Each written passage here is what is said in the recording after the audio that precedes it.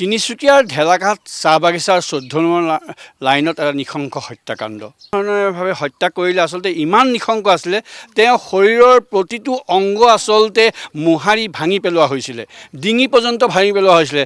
আনকি তেওঁৰ যি শৰীৰত বাঁহ পৰ্যন্ত ভৰাই দিয়া হৈছিলে। আৰু এইদৰে আচলতে অতি নৃশংসভাৱে মহিলাগৰাকীক হত্যা কৰিছিল। যি নৃশংস হত্যাকাণ্ডত এগৰাকী 21 বছৰীয়া বোৱাৰীৰ মৃত্যু হ'ল। যিজন যুৱকে, যিজন স্বামীয়ে তেওঁক হত্যা কৰিলে, তেওঁৰ নাম হ'ল এডৱাৰ্ডছ বাৰ্লা। এডৱাৰ্ডছ বাৰ্লাই তেখেতৰ পত্নীক আচলতে যোৱা সপ্তাহৰ মঙলবাৰে নিশা হত্যা কৰিছিল অতি বৰ্বৰভাৱে তেওঁ হত্যা কৰিছিল। আৰু হত্যা কৰাৰ পৰৱৰ্তী পৰ্যায়ত বুধবাৰে অতি সংগোপনে আহি তেওঁৰ পত্নী মীনা বাৰ্লাক আহি এই কবৰস্থানৰ নিৰ্দিষ্ট সেই কবৰটোত আচলতে তাত কবৰস্থ কৰিছিল। আৰু তাৰ পৰৱৰ্তী পৰ্যায়ত এই অঞ্চলত যি গাঁওৰক্ষী বাহিনী আছিল, সচেতন যিসকল মহিলা আছিল, সচেতন যিসকল লোক আছিল, তেওঁলোকে আচলতে সমগ্ৰ বিষয়টো আৰক্ষীৰ দৃষ্টিগোচৰ কৰিছিল। আৰু তাৰ পৰৱৰ্তী পৰ্যায়ত আজি পুৱা প্ৰায় 6 বজাৰ পূৰ্বৰ পৰাই ইয়াৰ আৰক্ষী আহিলে, ইয়াৰ দণ্ডাধীশ আহি মৃতদেহটো ইয়াৰ পৰা উদ্ধাৰ কৰি লৈ গ'ল। আৰু উদ্ধাৰ কৰি মৰণোত্তৰ পৰীক্ষাৰ কাৰণে প্ৰেৰণ কৰিছে। আমি ইয়াৰ মহিলাসকলৰ ওচৰলৈ আহিছোঁ, VDPৰ গাঁওৰক্ষী বাহিনীৰ কৰ্মীৰ ওচৰলৈ আহিছোঁ। কি ক'ব আচলতে সমগ্ৰ ঘটনাটো? এই ঘটনাটোৰ বিষয়ে আমিতো দেৰিকৈ গম পালোঁ। আমিতো যিদিনাখন ঘটনাটো ঘটিলে সেইদিনাখন আমি গম নাপালোঁ। পাছত মুখামুখি এনেকৈ সোধ-পোছ কৰাত ওলালে কথাবিলাক। তো আমাৰ VDPখিনি গৈ আমি তাত আলোচনা কৰিলোঁ। আলোচনা কৰি সোধ-পোছ কৰা হ'ল, তেখেতক আপুনি হত্যা কৰিলে নেকি? তেখেতে কৈছে নহয় বোলে, মই মৰা নাই, তেনেকৈ কাজিয়া কৰা নাই বুলি কৈছে। পিছত ওচৰৰ মানুহখিনিও ইমানখিনি ছাপৰ্ট দিয়া নাছিলে। এতিয়া কথাবোৰ ওলালে, তো লগে লগে আমি গৈ আমাৰ ফালৰ পৰা আমি FIR এখন দিলোঁ। লগে লগে তেখেতক এৰেষ্ট কৰা হ'ল যে এখেতৰ ফাঁচি হ'ব লাগে বুলি, সেনেকৈ বুলি। ইমানেই বেয়াকৈ তেখেতক মৃত্যুদণ্ড দিছে, মহিলাগৰাকী মাৰি পেলাই হত্যা কৰিছে। সেইটো কাৰণে আমি ভাবোঁ যে যেনেকৈ হ'লেও এইটোক আমি নেৰুৱে বুলি ভাবিলোঁ। আজি মহিলাৰ ওপৰত সেইটো সেনেকৈ হৈছে, কিয় হৈছে? আজি তেখেতৰ ওপৰত হ'ল, আজি মোৰ ওপৰত হ'ব।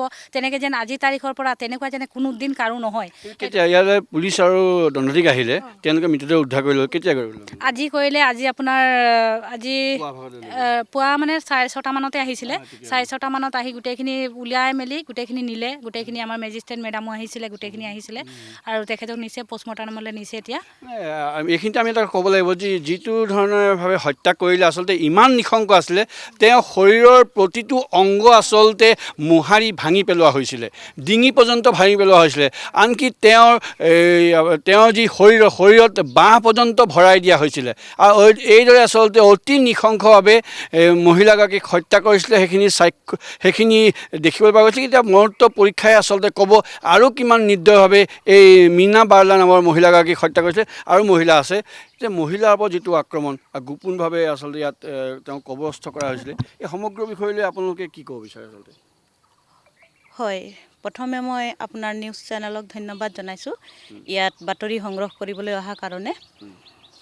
এইটো এটা আমি মহিলা সমিতিৰ তৰফৰ পৰা তীব্ৰ গৰিহণা দিছোঁ। এনেকুৱা আচলতে হ'ব নালাগে। আৰু বিশেষকৈ কথাটো লুকুৱাই থোৱা হ'ল, তেওঁলোকে জনোৱা নাছিলে। প্ৰথম অৱস্থাত আমি গম পোৱা হ'লে সেইদিনাই মৃতদেহ সৎকাৰ কৰিবলৈ নিদিওঁ।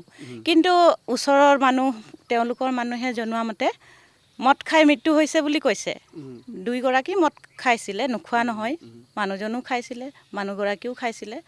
সেই তেনেকৈ মদ খাই মৃত্যু হোৱা বুলি কোৱা কাৰণে সেইটো ওলাইছিলে। পিছত কিন্তু আমি কথাটো ওচৰ চুবুৰীয়া আৰু ঘৰৰ মানুহ, তাৰপিছত এনেকৈ ইকানে কথাটো গম পালোঁ। এইটো এটা ৰহস্যজনক মৃত্যু।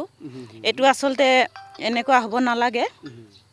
তেতিয়া আমি আমাৰ সদৰ থানালৈ গৈ FIR এখন দিলোঁ। আৰু এইটো লগে লগে তেওঁলোকে আহি আটক কৰিছে ইতিমধ্যে। যথেষ্ট গুৰুত্বপূৰ্ণ কথা। আমি এই অঞ্চলৰ এনেকুৱা এটা বিষয় আহি পৰিছে যে কাৰোবাৰ ঘৰত থকা ছোৱালী এতিয়া মানুহে বিয়া দিবলৈ ভয় খোৱা হৈছে, যে তেওঁৰ ছোৱালী আচলতে যেতিয়া এখন ঘৰৰ বোৱাৰী হ'ব, তাৰপিছত কিমান সুৰক্ষিত হৈ থাকিব। মদে আচলতে এখন ঘৰ কেনেকৈ নিঃশেষ কৰি দিয়ে, তাৰ জ্বলন্ত প্ৰমাণ হ'ল এই মীনা বাৰ্লাক আচলতে শেষ কৰি দিয়া হ'ল। কি ক'ব আচলতে? হয়, আজি বৰ দুৰ্ভাগ্য ঘটনা ঘটিছে আমাৰ ঢেলাঘাট চাহ বাগিচাত। কিন্তু আমি সেইটোও ক'ব বিচাৰোঁ যে আজি যি উলংঘ কৰিছে, আমাক মদে কৰিছে। আমাৰ অকল ঢেলাঘাট বুলি নহয়, আমাৰ যিমান আদিবাসী বাগানত কাম কৰা মানুহক অকল মদহে বেয়া কৰিছে। মদৰ কাৰণে আজি ঝেংটো হয়, আজি দুৰ্ঘটনাখন কৰি দিছে এই ল'ৰাজন। জৰ্জ বাৰ্লা নহয় তাৰ নাম আচলতে।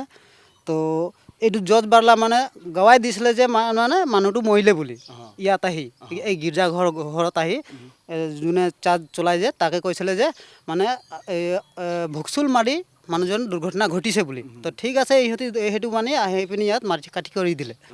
কিন্তু আমি পাছত গম পাইছোঁ যে সেইজন মানুহ মানে হত্যা কৰিছে।